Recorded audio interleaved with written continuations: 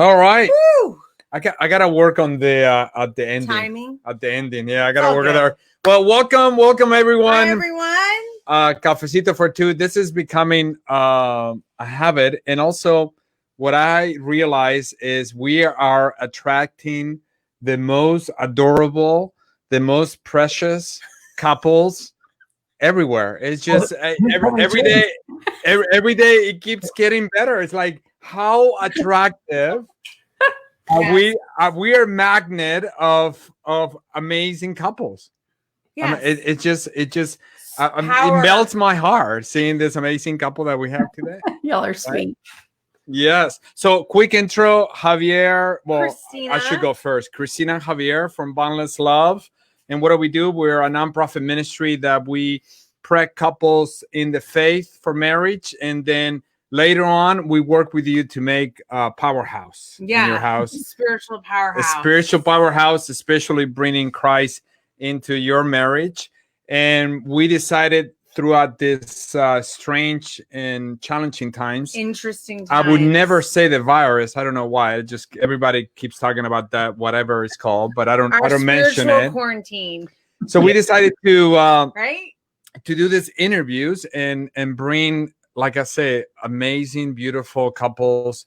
They're in the faith and talk about their relationship and how they're navigating through their marriage. So today we have Les and Heatherly, and yes. they are many, like, we admire them because they're way, I feel like, more experts in the parenting department than we are. They have double the amount of offspring that we do. So right there, your ratio is like, we're still got a 1-to-1 ratio. You guys, y'all have like a 2-to-1. You're the minority parent wise, right?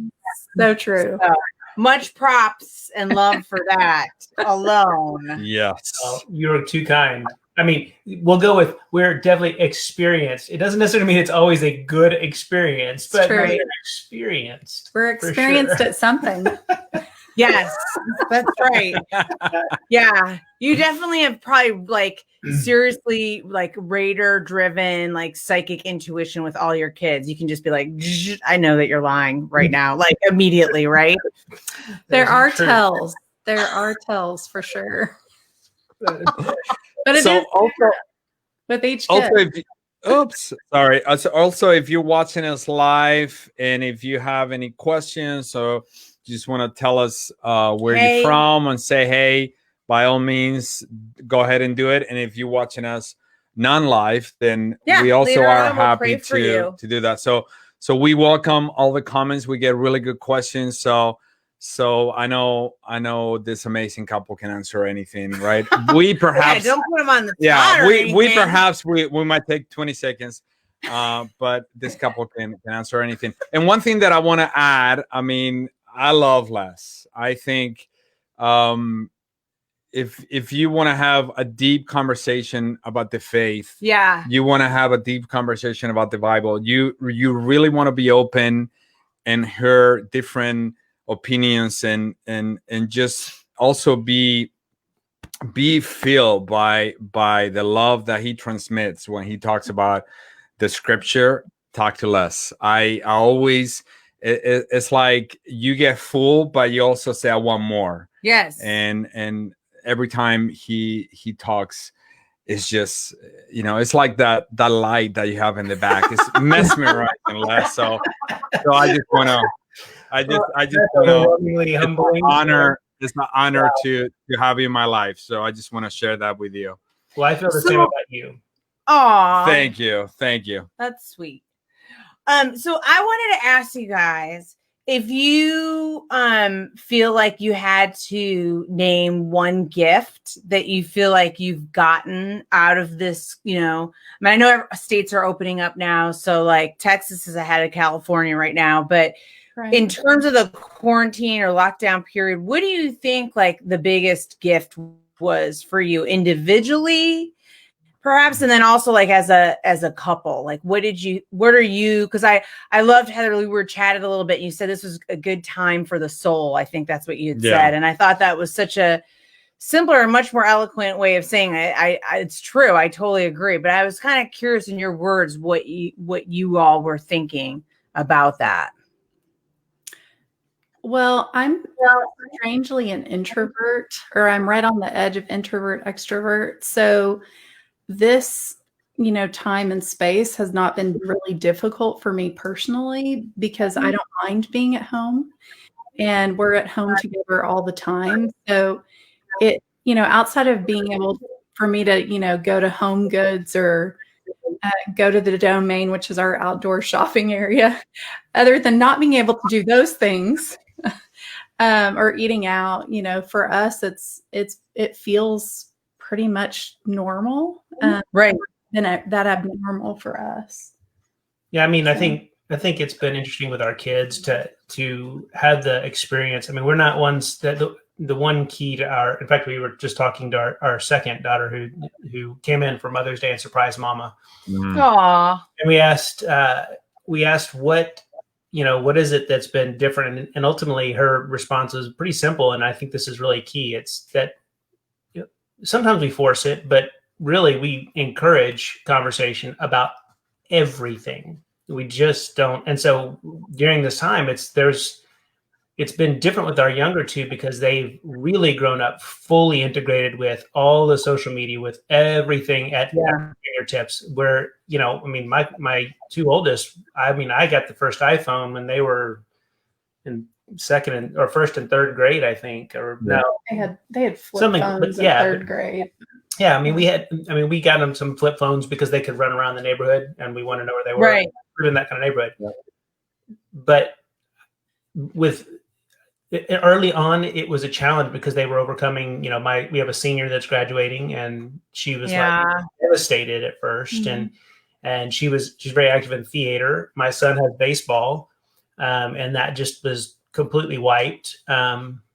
But they were very resilient. I mean, there was about 2 weeks of difficulty on both their part where they kind of. My son finally got a job.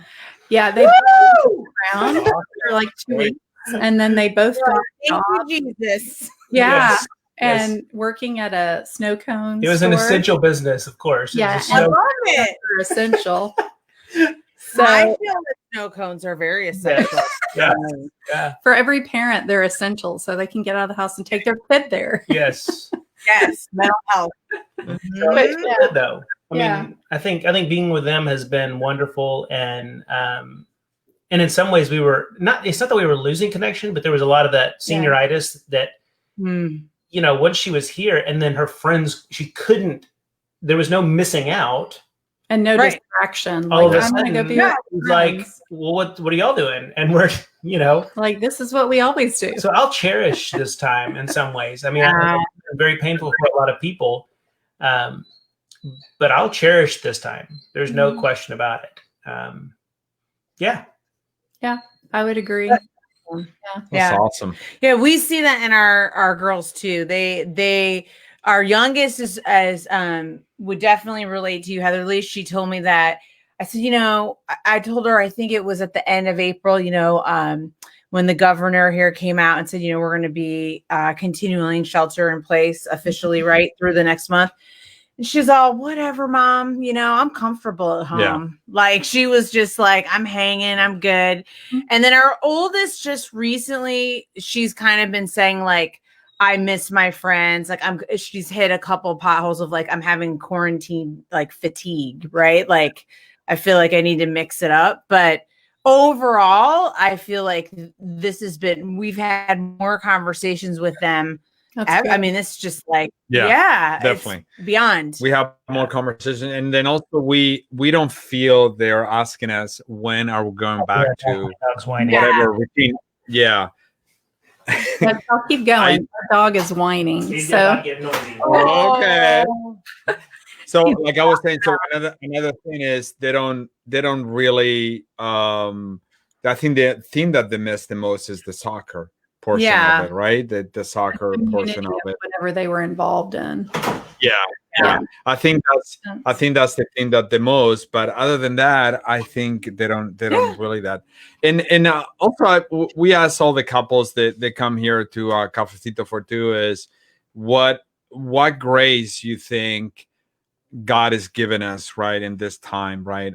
Because we speak to some couples that are taking this time to really initiate projects of the future and really plan things and working together towards that. And they even share with us that once they make those projects, they really are going to stick it together, whatever the new normal is going to be. So what have you experienced that type of grace where you're like, wow, this is a great time for me to XYZ? Yeah, we actually just moved from. So they put the orders in place, and the day that, or I think it was the day after, or the day before we put our house on the market. Oh, sorry, you're right. Yeah, and it sold in 24 hours, thankfully. But that was the beginning of all that mess. And so we were so focused on, packing up the house and we downsized. And so that was a challenge, trying to figure out, how am I going to get rid of furniture and get all this packing done? How are we supposed to get boxes? And so I think just having the perspective and the realization that the world is so different, that we've moved so many times. We're kind of the king and queen of moving. I think we've moved 17 times in 25 years. That's impressive. And we're really good at it. In a different sort of way. Wow. But I think, strangely enough, there's such a huge metaphor for all the things that we did last month, having to release things, get rid of things. It really, helps you focus on what's really important to you. And of course, that was kind of our goal, right? To move and get packed and then get resettled before the school year started back again. But I think maybe not having as many, of course, we didn't know what the unknowns were. But in some ways, I think this has prepared us for what we don't know is going to happen, right? For school next year. And even our daughter who's going off to college, will she go to college? And so really focusing on, okay, if things are going to be this different, then how do we adjust to that change? And we're pretty good about handling change. So, yeah, I've been in and I mentioned some of this today on our call earlier, Javier, but I've been on kind of a mission to surrender, if you will. I've read many books about too many books really to finally I'm a slow learner, I'm a very slow learner. It takes a lot, but it really what does it mean? I mean, it's the idea of we're so worried about this time of COVID when we're literally hurling through space on a tiny speck of sand. Right. And we act like there's some sort of control that we've ever had. And part of this may not be a popular opinion. I really, and I don't mean, I don't really care that much if it's popular, but I have a thought that what if it's our control that has created some of this?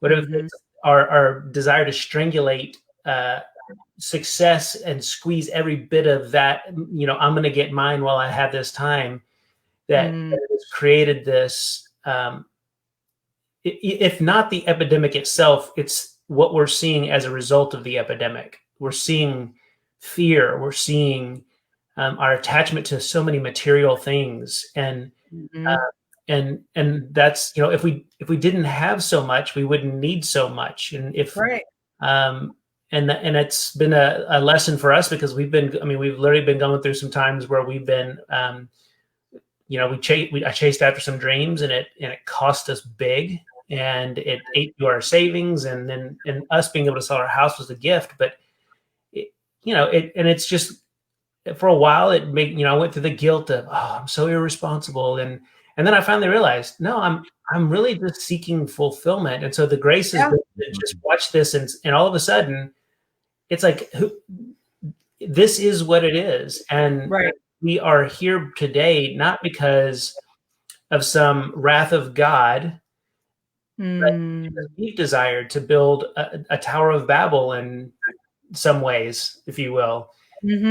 And it's not it's not God that strikes down the Tower of Babel. It's literally the inability to communicate, because we all are screaming, no, it's my way. No, it's got to be my way. I mean, I'm trying to give it not the literal interpretation, but if you think about it, how many languages of this is why COVID happened. This is why the president did the wrong thing. This is why this is why that, you know, and the dualities that are being created. It's all these languages where, you know, everybody's going, do I wear a mask? Do I not wear a mask? Do I wear gloves? Do I not wear gloves? It's going to fall apart, because all of a sudden we're realizing we can't. It's all propped up. Yeah, propped up on something that doesn't quite suit us, and so it doesn't mean that there won't be success down the road. I think that success is going to be, and grace. The grace of this is probably that success is going to be less about being at the top, but more about who's leading and how can we follow the people that will teach us how to teach us how to walk first. From walking, then be able to fly, and then, you know, we skipped a few steps there, but you know what I mean. It's you know, crawling to walking to flying to whatever, driving, flying. But we all should be soaring. There's no even before this happened, I was already beginning to scream in real estate. I'm like, guys, why are we competing? We're all working towards the same goal. And you know, I'm here to serve my clients and to serve your clients and you to get this particular thing to the end.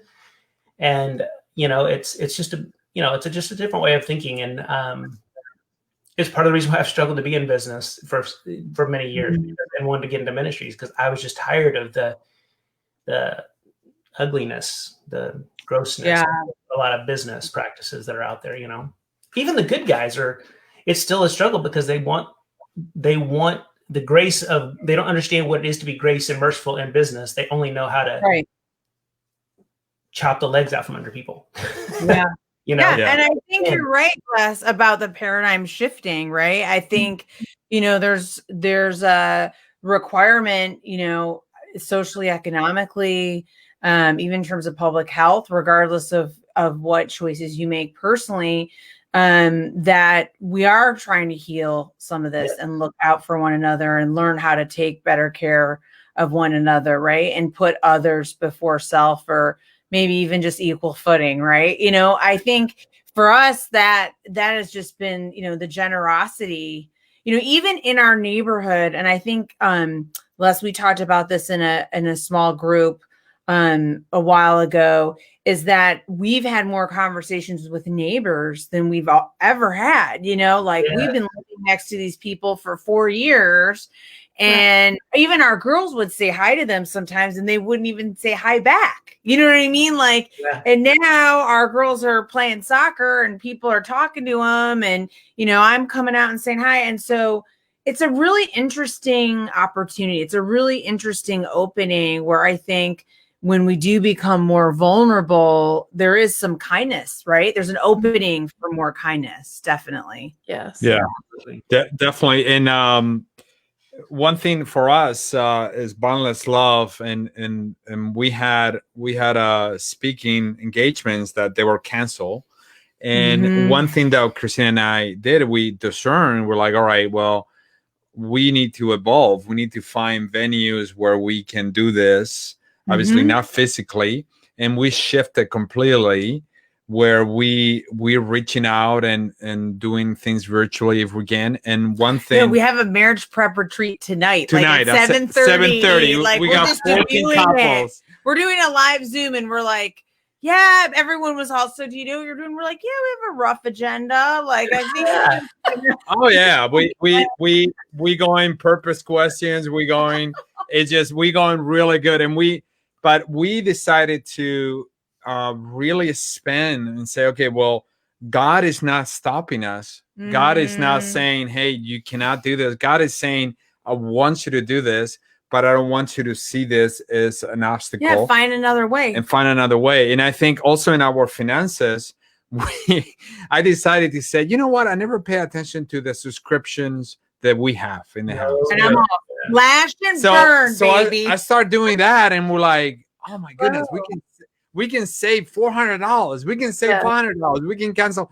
And I think I told Christina, I go, hey, thanks to this, we can really go deep and really and also for Christina, you can speak for yourself. We never had our own prayer time moment. It was always like, okay, you gotta go to work and hurry up, you gotta do this. And now it's like, all right, hey, don't bother me. I have my prayer moment time. I'm doing my prayer time. Like, this invisible wall, you are not allowed to talk to me right now. It's like, good. Yeah.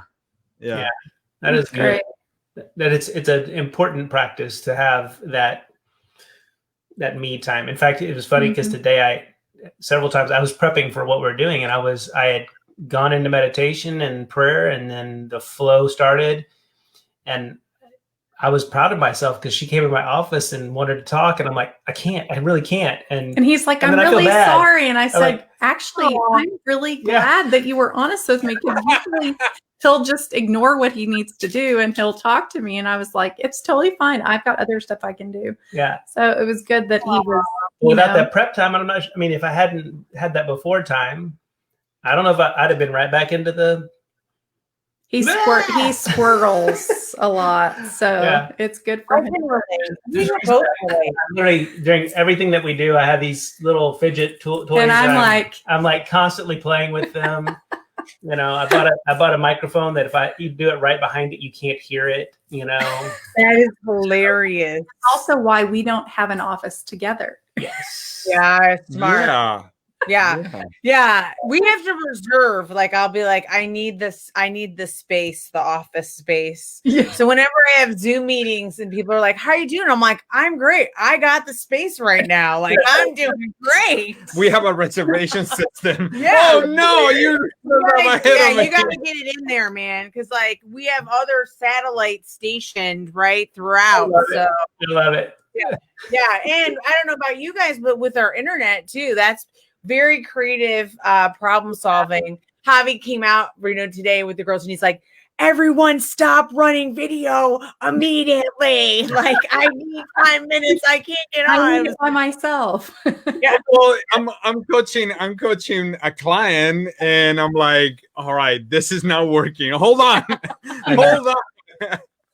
But I think we also, and I think we felt more compelled, like Les was saying, to really serve, right? We really be more accommodating. The couples signed up for this live in-person retreat, and so they brought it to us, our attention, like, hey, do you have a virtual version? We're like, yeah.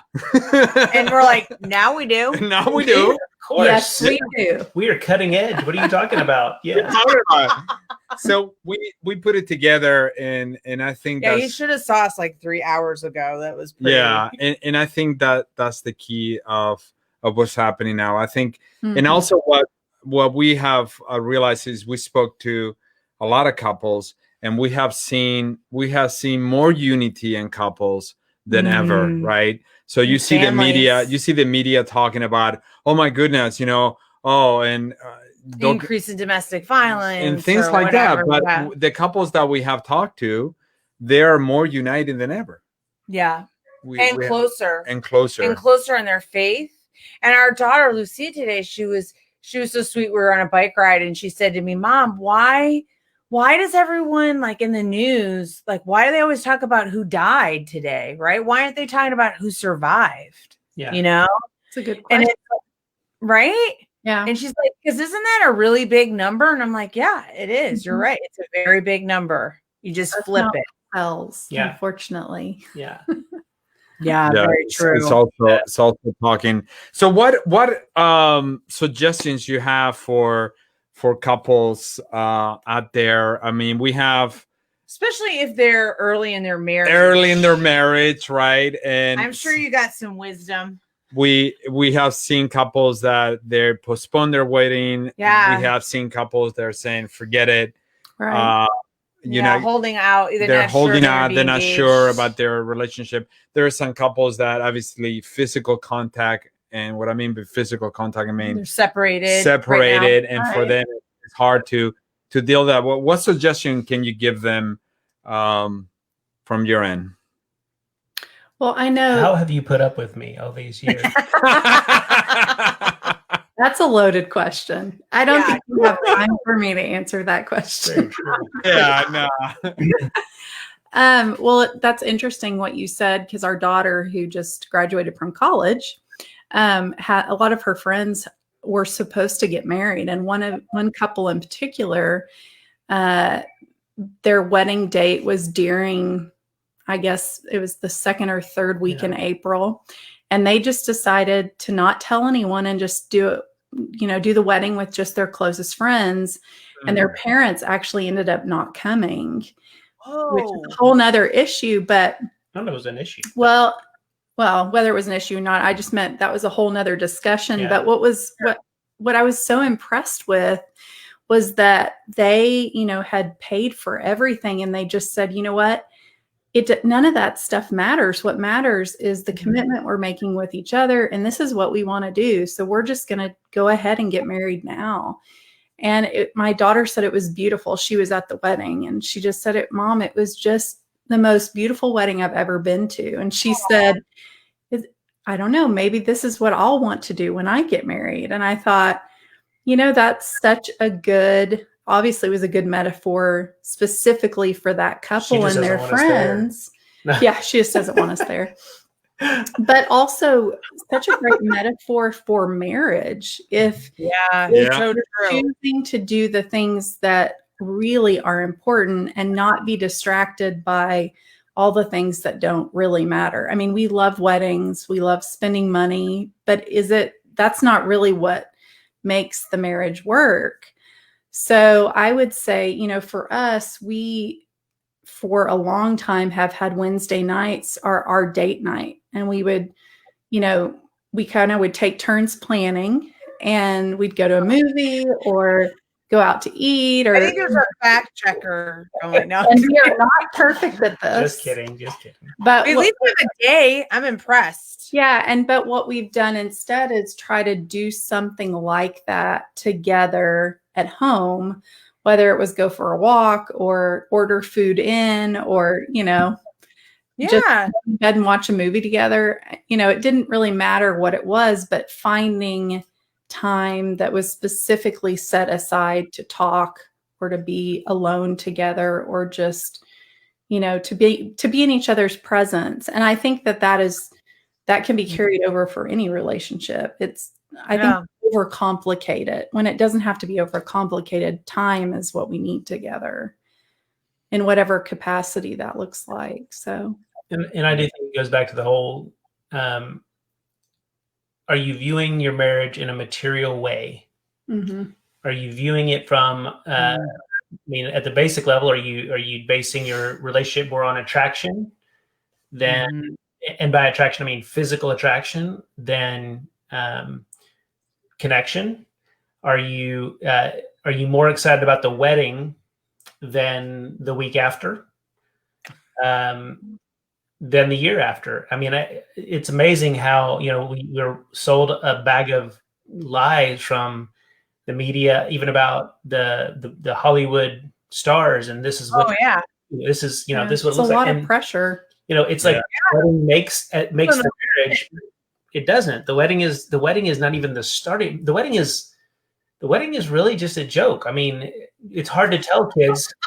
Because, it's the same thing. Like, I've told all my kids, if you feel pressured to go to college, well, even college for that matter is like, it's more right now of a method of conformity to a culture that says this is what you have to do, rather than realizing all of this is about you being able to decide, are you going to be somebody who's going to be connected to this world, or in a way that is healthy, that's certain, that serves the core, the soul of creation? Or are you going to be someone, and trust me, I'm saying this as somebody I've served it all. But in our marriage, I think in the end, we always come back to, well, what are we fighting for?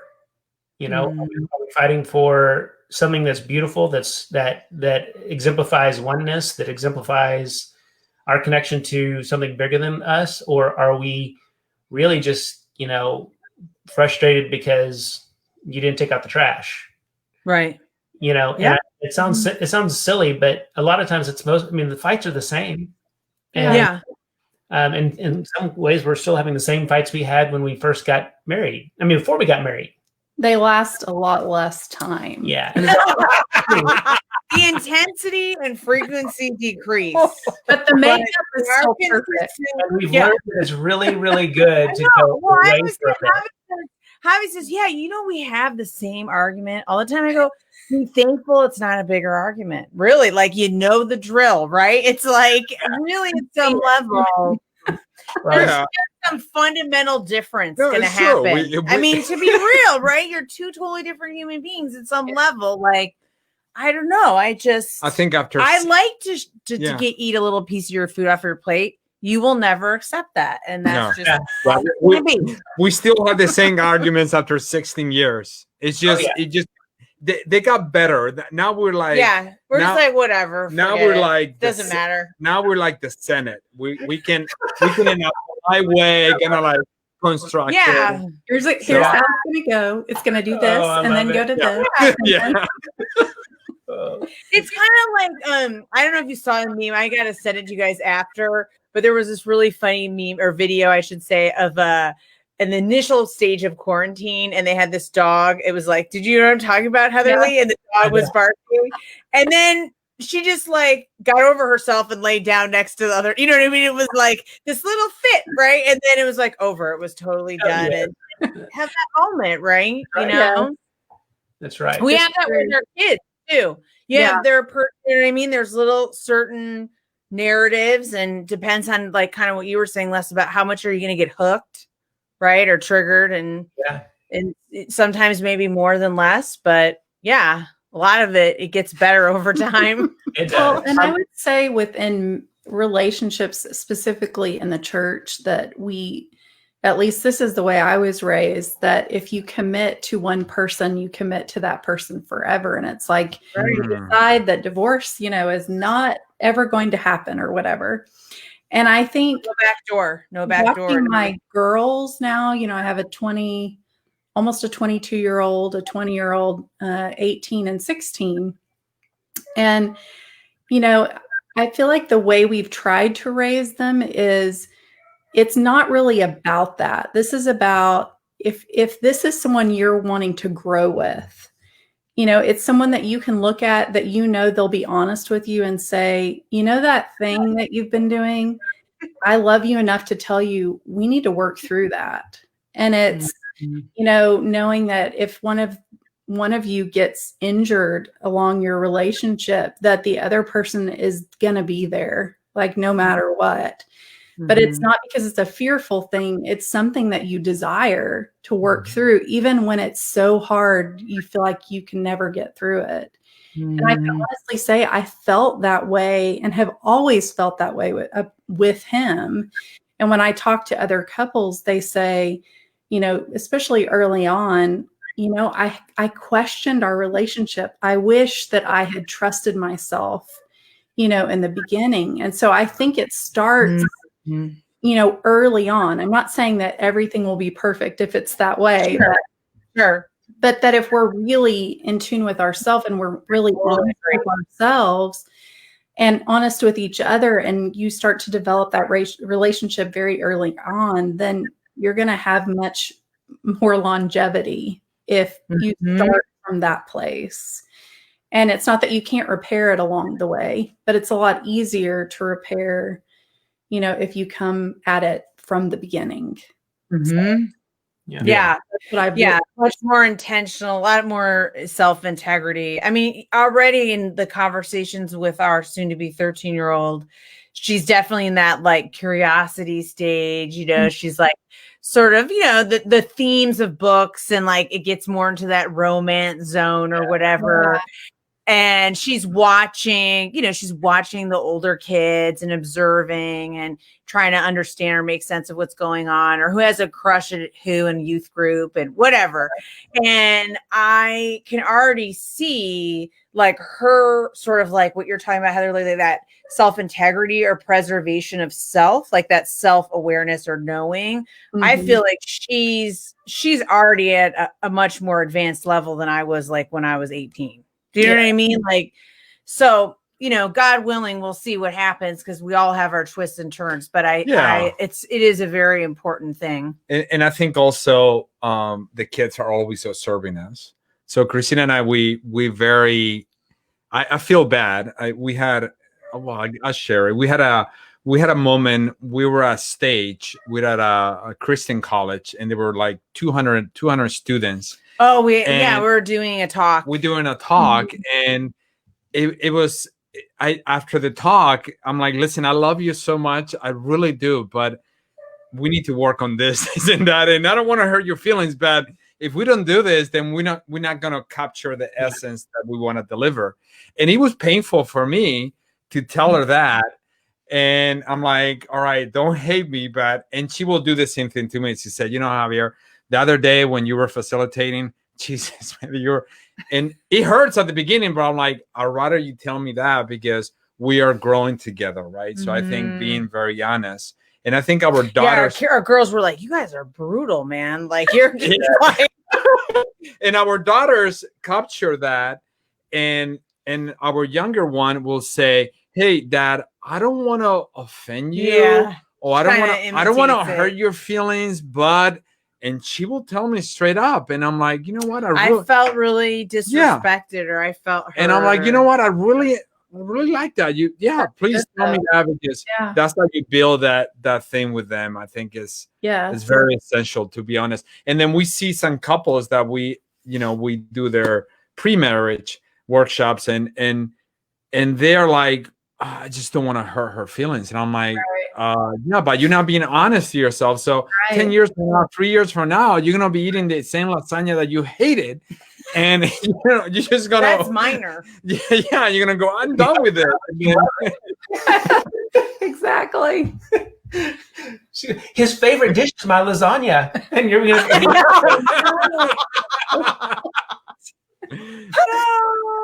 No. Oh, that's awesome. But accepting that, right? It's also the acceptance of the things that we know about each other, that are some things that may not change. And we make a decision that we know this thing about this person, and they're not going to change that. They may grow in it. Yeah. Right. But the way I think it should be isn't necessarily intuitively what they think it should be. And so, and then of course our kids watch it too.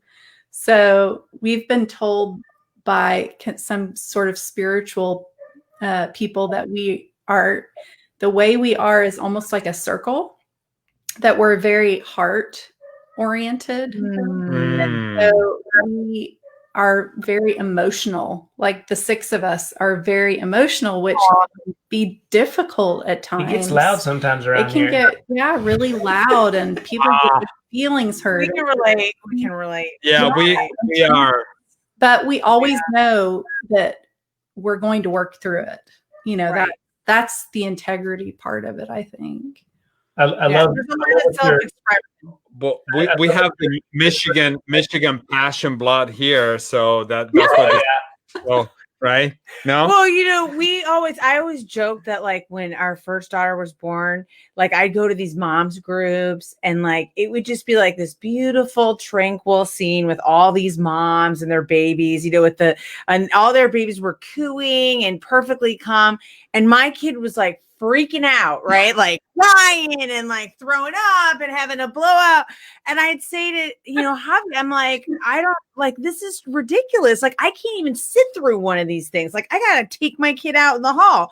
And then I think some of our friends said, well, when you get a Doberman and a Doberman together, you get a Doberman. Like, you get a passionate child. So, yeah. And then Javi was like, because Javi was raised by all men, right? And so when Isabel kind of had her first like really major meltdown. I mean, this was young, like at age 2, but it was like super emotional, super, over the top.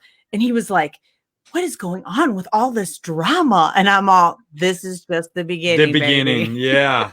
we have someone. I'm sorry, the name didn't come out. There's also a level of maturity for each person in their marriage. If one is less mature than the other one, it might take a long time before. Yes. Also, I the older I'm getting, the more playful I'm becoming. So I'm very. I mean, I dance. More lighthearted. I dance in the parking lots. I do weird things, and I think love it. Am I being mature and immature? But I think I respect that comment, but I think you need to be in peace with who you are, and the other person accept you for who you are exactly. And if you, Oh, sorry. I was just gonna say. I mean, I'm with you. I mean, I think the same page is. Well, first of all, I think as the mature one in my relationship. Clearly. I do believe 100% that is true. That she is not. Oh, there's a gnat on his head. That was like straight on in the middle. No, but there is that element of there is some level of a cultural belief that we're ever supposed to be on the same page. We're not. Yeah. I mean, the idea if we want to be in the same story, but not necessarily on the same page, because when we're on the same page, man, my kids, they get something different from me than they get from my wife. And so it goes to what you're saying, Javi, that when we are in the midst of being a couple, it is still two who are one. And I mean, even in terms of Christ, I mean, in terms of God, the Trinitarian mentality is one that the Father has a role, the Spirit has a role, and Christ has a role that makes up the one. And they were never really on the same page. They were in the same story, though. So I think when we can begin to see that this is a beautiful story being told, and that this person that we married we didn't marry them because they were like us. It's because they complemented us. Well, maybe sometimes it's the other way around. Well, it's a helpmate. Yeah, but there is. I mean, we do have a very codependent culture, and it's not just we're very codependent on the media right now. And if you can learn to have a non-attachment to your spouse, and I want to describe that in a way that it doesn't sound awful, but the non-attachment, it's not a detachment, but it's also not an attachment. It is a non-attachment. It means that when she has, I'll say it this way. When I have an episode. Good job. There we go. That's where to go. A few things. It's still not my first response. It's my second. I have to think through it. But when I have an episode, my hope is that she can let me have that episode, and without getting absorbed into it. And because for years, he has lots of episodes. Hobby. Really? Man. But I do too, though. I do too. Mine lasts longer too. They may not be quieter. Yeah, mine are publicly quieter. Yes. Yeah. And I think there's this moment in time where we have to just begin to realize that we weren't.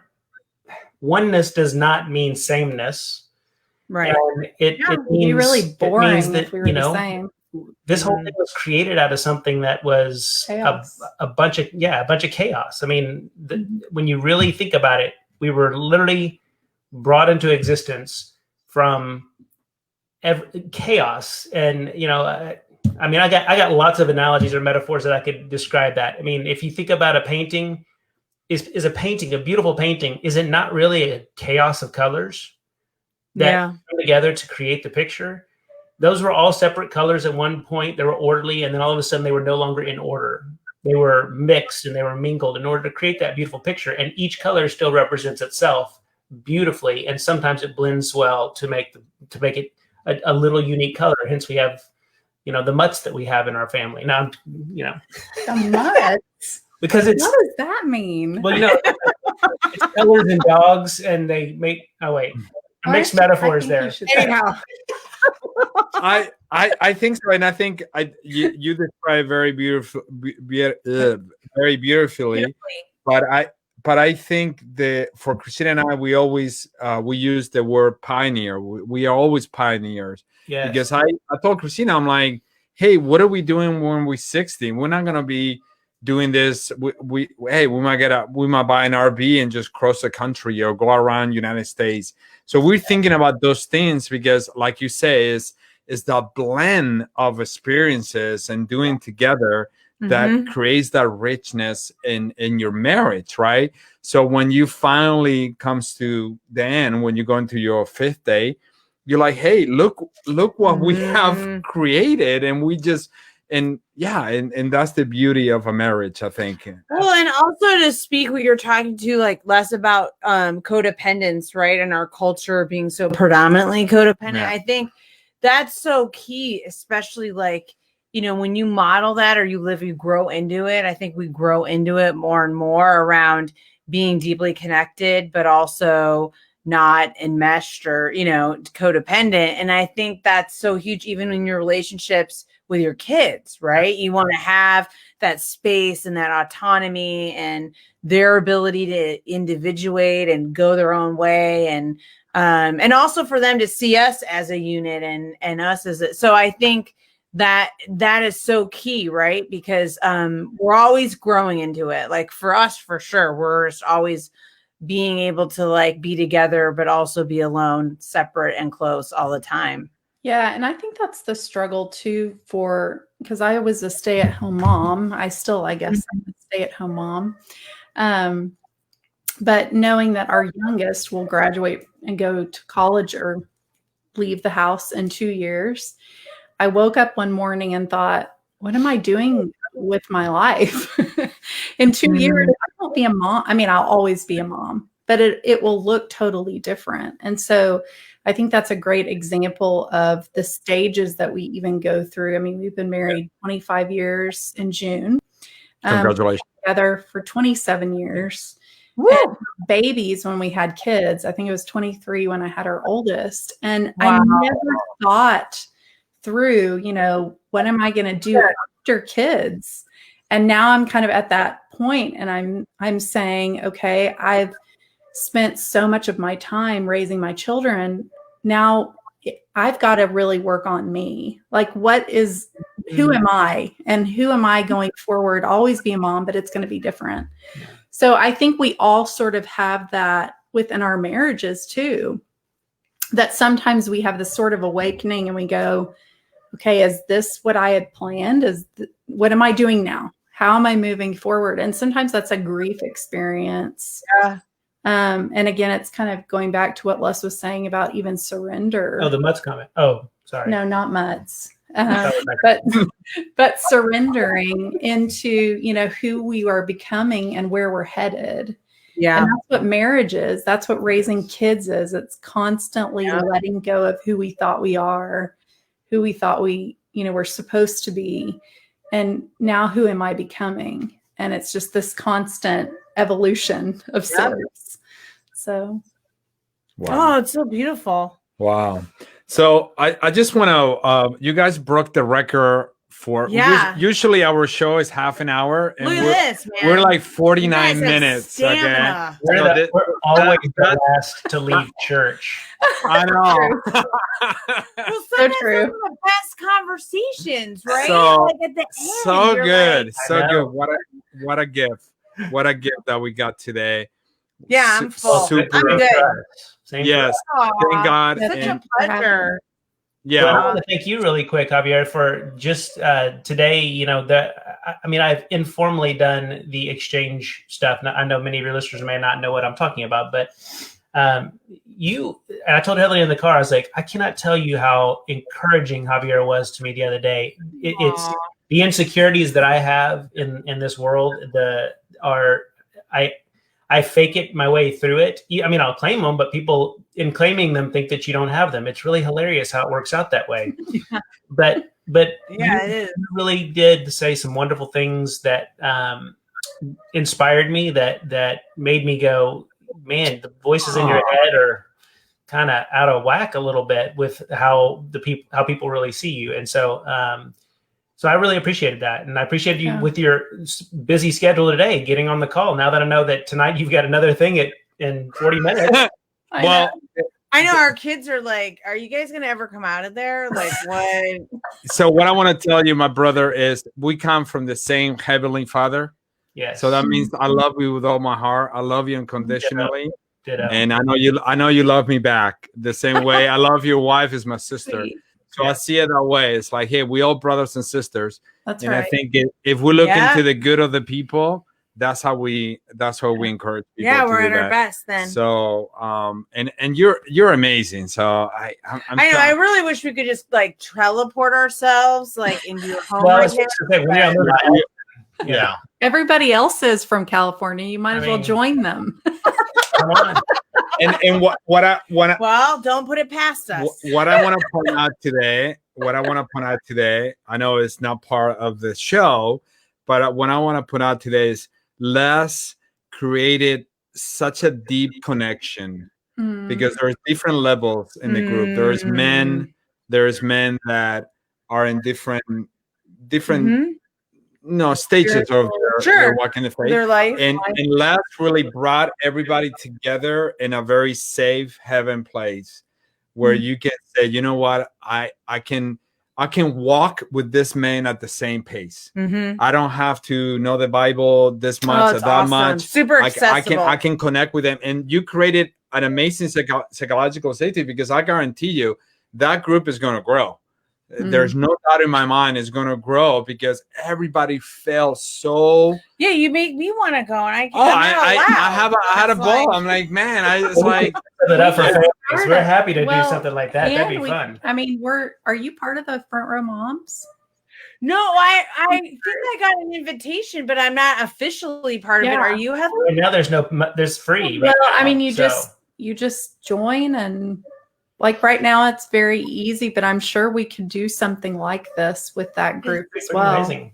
All right, we got to talk. All right, I love it. We can for sure. So you want to close us in prayer? Sure. All right. And then if I start, do you want to finish the prayer? We'll do like a double. Does that sound cool? Natalie, will you finish? We'll see. Oh yeah. All right. Whatever you feel, whatever you want to do. I'll finish. I don't mind it. Either way. She'll squeeze it if it's up to me. I love that. All right, dear Heavenly Father, thank you so much for just this beautiful opportunity, Lord, to be with, to be together, but with Les and Heatherly, and really open up our hearts and share the joys and sometimes the pains, but also the beauty in our growth and our surrender to you, Lord. And thank you so much for sharing ourselves and our hearts and being there for us so that we can re-examine the gifts that we were given in our life, and to grow deeper in our gratitude, and to open our mindset to know that your love is really all that matters. So I want to thank you for that, and I give you all the glory and all the praise. God, you are so good. You are beyond imagination, beyond comprehension. And we live in a world that so wants to put you in a box and make big claims and make big challenging statements about who you are and what they think you're doing. And yet, Father, we are at a time right now where all of us are just dumbfounded, and we don't know. And the opportunity for growth, Father, is huge right now. We ask that you will literally show your creative side and pour through us that creativity, not us, the four of us, but include us, please.